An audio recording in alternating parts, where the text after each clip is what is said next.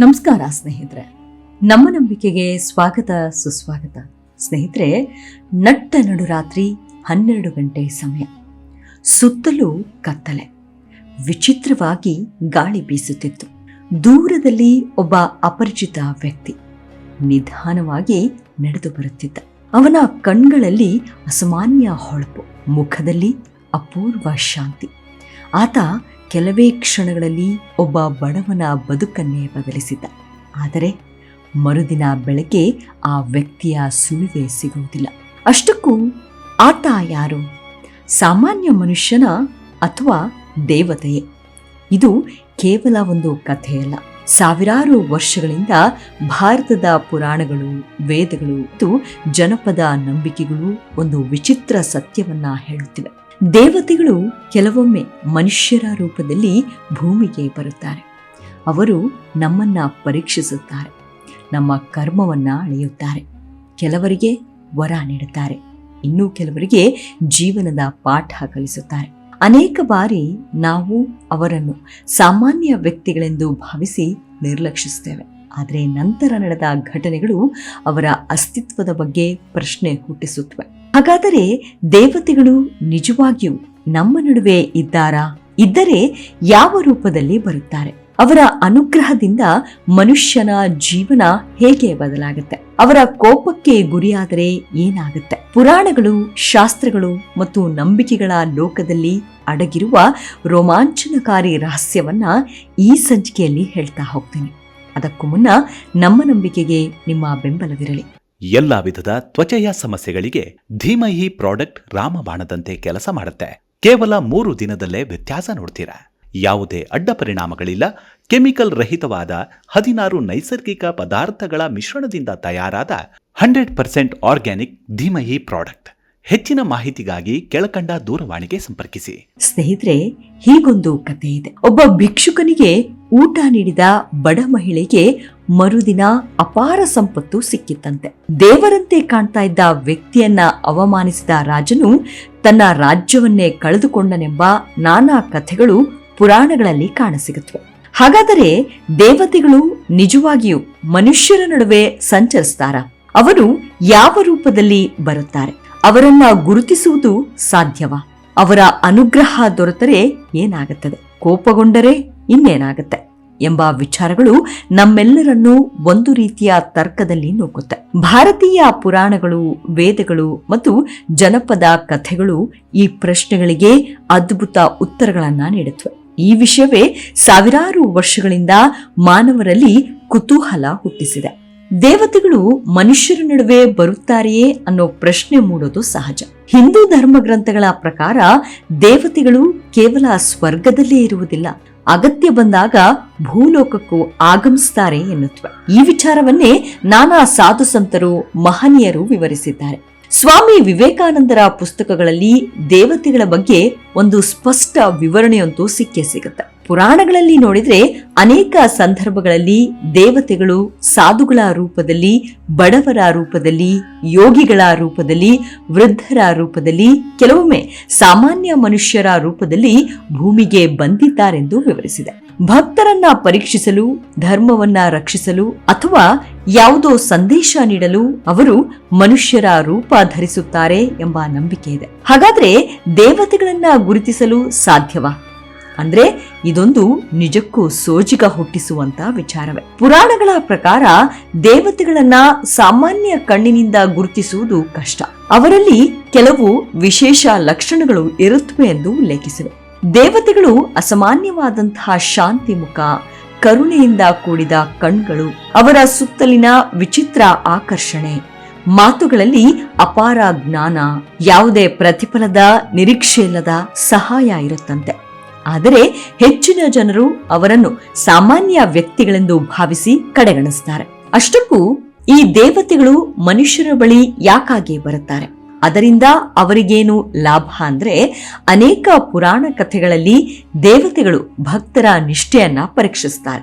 ಉದಾಹರಣೆಗೆ ಒಬ್ಬ ಭಿಕ್ಷುಕನ ರೂಪದಲ್ಲಿ ಬಂದು ನನಗೆ ಸಹಾಯ ಮಾಡ್ತೀಯಾ ಎಂದು ಕೇಳಬಹುದು. ಆ ಸಮಯದಲ್ಲಿ ಮನುಷ್ಯನ ನಿಜವಾದ ಗುಣ ಹೊರಬರುತ್ತೆ. ಇನ್ನು ಅಧರ್ಮ ಹೆಚ್ಚಾದಾಗ ದೇವತೆಗಳು ಅಥವಾ ದೈವಿಕ ಶಕ್ತಿಗಳು ಮಧ್ಯಪ್ರವೇಶ ಮಾಡುತ್ತವೆ ಎಂಬ ನಂಬಿಕೆ ಇದೆ. ಅದಕ್ಕಾಗಿ ವಿಷ್ಣುವಿನ ಅವತಾರಗಳು ಭೂಲೋಕಕ್ಕೆ ಬಂದವು ಎಂದು ಪುರಾಣಗಳು ಹೇಳುತ್ತವೆ. ಕೆಲವೊಮ್ಮೆ ಜೀವನದಲ್ಲಿ ಭೇಟಿಯಾಗುವ ವ್ಯಕ್ತಿಯೊಬ್ಬನು ನಮ್ಮ ಬದುಕನ್ನೇ ಬದಲಿಸುವ ಸಲಹೆ ನೀಡ್ತಾನೆ. ಆ ವ್ಯಕ್ತಿ ಯಾರು, ಯಾಕೆ ಬಂದ ಎಂಬ ಪ್ರಶ್ನೆಗಳಿಗೆ ಉತ್ತರವಂತೂ ಒಮ್ಮೊಮ್ಮೆ ಸಿಗೋದೇ ಇಲ್ಲ. ಇಂಥ ಅನುಭವಗಳು ಹಲವರಿಗೆ ಆಗಿರುತ್ತವೆ. ಜನಪದ ನಂಬಿಕೆಗಳ ಪ್ರಕಾರ ಇಂಥವರು ದೈವಿಕ ಶಕ್ತಿಯ ಪ್ರತಿನಿಧಿಗಳು ಎನ್ನುತ್ತವೆ. ದೇವತೆಗಳ ಅನುಗ್ರಹದಿಂದ ನಾನಾ ಅನುಕೂಲಗಳಾಗುತ್ತವೆ. ಭಕ್ತರು ಹೇಳುವ ಪ್ರಕಾರ ದೇವರ ಅನುಗ್ರಹ ದೊರೆತಾಗ ಸಾಲದ ಸಮಸ್ಯೆಗಳು ಕಡಿಮೆ ಆಗುತ್ತೆ, ಅನಾರೋಗ್ಯದಿಂದ ಚೇತರಿಕೆ ಸಿಗುತ್ತೆ, ಜೀವನದಲ್ಲಿ ಹೊಸ ಅವಕಾಶಗಳು ಸಿಗುತ್ತೆ ಎನ್ನುವುದಿದೆ. ಇದನ್ನೇ ಅನೇಕರು ದೈವ ಕೃಪೆ ಎಂದು ಕರೆಯುತ್ತಾರೆ. ಇನ್ನು ದೇವತೆಗಳ ಆಶೀರ್ವಾದದ ದೊಡ್ಡ ಫಲವೇ ಮನಃಶಾಂತಿ. ಹಣ, ಅಧಿಕಾರ, ಐಶ್ವರ್ಯ ಇದ್ದರೂ ಎಷ್ಟೋ ಜನಕ್ಕೆ ಮನಸ್ಸಿಗೆ ನೆಮ್ಮದಿನೇ ಇರೋದಿಲ್ಲ. ಆದರೆ ದೈವ ಭಕ್ತಿ ಇರುವವರು ಕಷ್ಟಗಳ ನಡುವೆಯೂ ಧೈರ್ಯದಿಂದ ಬದುಕ್ತಾರೆ. ಪುರಾಣಗಳಲ್ಲಿ ದೇವತೆಗಳು ಮನುಷ್ಯರ ರೂಪದಲ್ಲಿ ಬಂದ ಕೆಲವು ಘಟನೆಗಳಿವೆ. ಉದಾಹರಣೆಗೆ ಮಹಾದೇವ ಮತ್ತು ಕಿರಾತ ರೂಪ, ವಿಷ್ಣು ಮತ್ತು ವಾಮನ ಅವತಾರ, ಶ್ರೀಕೃಷ್ಣನ ಲೀಲೆಗಳು, ಹೀಗೆ ನಾನಾ ನಿದರ್ಶನಗಳಿವೆ.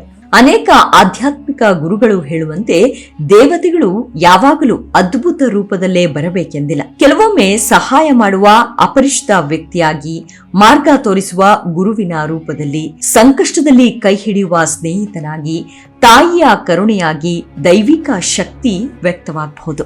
ದೇವತೆಗಳು ಮನುಷ್ಯರ ನಡುವೆ ಹೇಗಿರ್ತಾರೆ ಎಂಬ ಪ್ರಶ್ನೆಗೆ ಸ್ಪಷ್ಟ ವೈಜ್ಞಾನಿಕ ಉತ್ತರ ಸಿಗದಿದ್ದರೂ ಭಾರತೀಯ ಸಂಸ್ಕೃತಿ ಮತ್ತು ಪುರಾಣಗಳು ಒಂದು ಮಹತ್ವದ ಸಂದೇಶ ನೀಡುತ್ತವೆ. ಪ್ರತಿಯೊಬ್ಬ ಜೀವಿಯಲ್ಲೂ ದೈವಿಕ ಅಂಶವಿದೆ. ನಾವು ಭೇಟಿ ಮಾಡುವ ಪ್ರತಿಯೊಬ್ಬ ವ್ಯಕ್ತಿಯನ್ನು ಗೌರವದಿಂದ ಕಾಣಬೇಕು. ಏಕೆಂದರೆ ಯಾವ ರೂಪದಲ್ಲಿ ದೇವರು ನಮ್ಮ ಮುಂದೆ ಬರುತ್ತಾನೆ ಎಂಬುದು ಯಾರಿಗೂ ತಿಳಿದಿಲ್ಲ. ಬಹುಶಃ ಒಂದು ದಿನ ನಿಮ್ಮ ಬಾಗಿಲು ತಟ್ಟುವ ಅಪರಿಚಿತ ಅತಿಥಿಯ ರೂಪದಲ್ಲಿ ಇರಬಹುದು, ರಸ್ತೆಯಲ್ಲಿ ಸಹಾಯ ಕೇಳುವ ವೃದ್ಧನ ರೂಪದಲ್ಲೂ ಇರಬಹುದು, ಅಥವಾ ನಿಮ್ಮ ಜೀವನದ ದಿಕ್ಕನ್ನೇ ಬದಲಿಸುವ ಒಂದು ಸಣ್ಣ ಮಾತಿನ ರೂಪದಲ್ಲೂ ಕೂಡ ಇರಬಹುದು. ಅದಕ್ಕಾಗಿಯೇ ಭಾರತೀಯ ಋಷಿಗಳು ಹೇಳಿದ್ದು ಅತಿಥಿ ದೇವೋಭವ ಎಂದು. ಅಂದ್ರೆ ಅತಿಥಿಯಲ್ಲಿಯೂ ದೇವರನ್ನ ಕಾಣು ಎಂದು. ದೇವತೆಗಳು ಎಲ್ಲಿದ್ದಾರೆ ಎಂಬುದಕ್ಕಿಂತ ಅವರ ಸಾನ್ನಿಧ್ಯವನ್ನ ಅನುಭವಿಸುವ ಮನಸ್ಸು ನಮ್ಮಲ್ಲಿದೆಯೇ ಎಂಬುದು ದೊಡ್ಡ ಪ್ರಶ್ನೆ. ದೇವತೆಗಳ ಸಂಚಾರವು ಸಾಮಾನ್ಯವಾಗಿ 3 ರೀತಿಯಲ್ಲಿ ನಡೆಯುತ್ತದೆ ಎಂಬ ಪುರಾಣಗಳು ವಿವರಿಸುತ್ತವೆ. ಮಾನವ ರೂಪದಲ್ಲಿ ಇದು ಅತ್ಯಂತ ಪ್ರಸಿದ್ಧವಾದ ವಿಧಾನ. ದೇವತೆಗಳು ತಮ್ಮ ನಿಜವಾದ ದೈವಿಕ ರೂಪವನ್ನ ಮರೆಮಾಚಿ ಸಾಮಾನ್ಯ ಮನುಷ್ಯರ ರೂಪದಲ್ಲಿ ಭೂಮಿಗೆ ಬರುತ್ತಾರೆ. ಅವರು ರಾಜರಾಗಿ, ಋಷಿಗಳಾಗಿ, ಸಾಧುಗಳಾಗಿ, ವೃದ್ಧರಾಗಿ ಅಥವಾ ಭಿಕ್ಷುಕರಾಗಿಯೂ ಕಾಣಿಸಿಕೊಳ್ಳಬಹುದು. ಅವರನ್ನ ನೋಡಿದವರು ಸಾಮಾನ್ಯ ವ್ಯಕ್ತಿ ಎಂದು ಭಾವಿಸುತ್ತಾರೆ. ಆದರೆ ಅವರ ಕಾರ್ಯ ಮುಗಿದ ನಂತರವೇ ಅವರು ದೈವಿಕ ಶಕ್ತಿಯಾಗಿದ್ರು ಎಂಬುದು ತಿಳಿಯುತ್ತದೆ. ಇನ್ನು ಎರಡನೆಯದು ಸೂಕ್ಷ್ಮ ರೂಪದಲ್ಲಿ. ಶಾಸ್ತ್ರಗಳ ಪ್ರಕಾರ ದೇವತೆಗಳು ಕೇವಲ ದೇಹಧಾರಿಗಳಾಗಿ ಮಾತ್ರವಲ್ಲ, ಸೂಕ್ಷ್ಮ ಶಕ್ತಿಗಳ ರೂಪದಲ್ಲಿಯೂ ಸಂಚರಿಸಬಹುದು. ಅಂದರೆ ಅವರು ಕಣ್ಣಿಗೆ ಕಾಣದೇ ಇರಬಹುದು, ಆದರೆ ಅವರ ಸಾನ್ನಿಧ್ಯವನ್ನ ಹಲವು ಜನರು ಅನುಭವಿಸುತ್ತಾರೆ.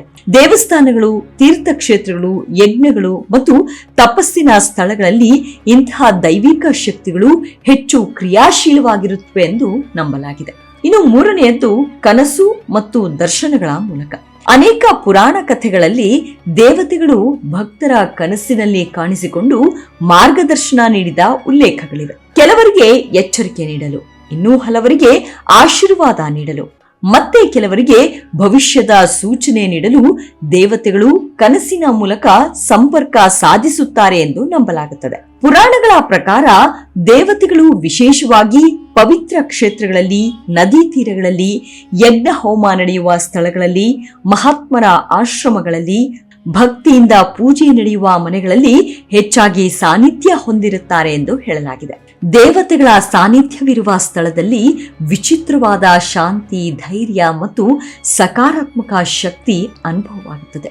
ಕೆಲವರಿಗೆ ಜೀವನದ ದೊಡ್ಡ ಸಮಸ್ಯೆಗಳಿಗೆ ಉತ್ತರ ಸಿಗಬಹುದು, ಕೆಲವರಿಗೆ ಹೊಸ ದಾರಿಗಳು ತೆರೆಯಬಹುದು, ಮತ್ತೆ ಕೆಲವರಿಗೆ ತಮ್ಮ ಜೀವನದ ನಿಜವಾದ ಉದ್ದೇಶವೇ ತಿಳಿಯಬಹುದು. ಆದರೆ ಒಂದು ವಿಷಯವನ್ನ ಪುರಾಣಗಳು ಪದೇ ಪದೇ ಹೇಳುತ್ತವೆ. ದೇವತೆಗಳು ಯಾರ ಮುಂದೆಯೂ ನಾನು ದೇವತೆ ಎಂದು ಹೇಳಿಕೊಂಡು ಬರುವುದಿಲ್ಲ. ಆದ್ದರಿಂದ ಪ್ರತಿಯೊಂದು ಜೀವಿಯನ್ನು ಗೌರವದಿಂದ ಕಾಣಬೇಕು. ಏಕೆಂದರೆ ಯಾವ ರೂಪದಲ್ಲಿ ದೈವಿಕ ಶಕ್ತಿ ನಮ್ಮ ಮುಂದೆ ನಿಂತಿರಬಹುದು ಎಂಬುದು ಯಾರಿಗೂ ತಿಳಿದಿಲ್ಲ. ಹಾಗಾಗಿ ಸಾಮಾನ್ಯ ಮನುಷ್ಯರಾದ ನಾವು ಎಲ್ಲರನ್ನ ಗೌರವಿಸೋಣ, ಎಲ್ಲರನ್ನೂ ಪ್ರೀತಿಸೋಣ.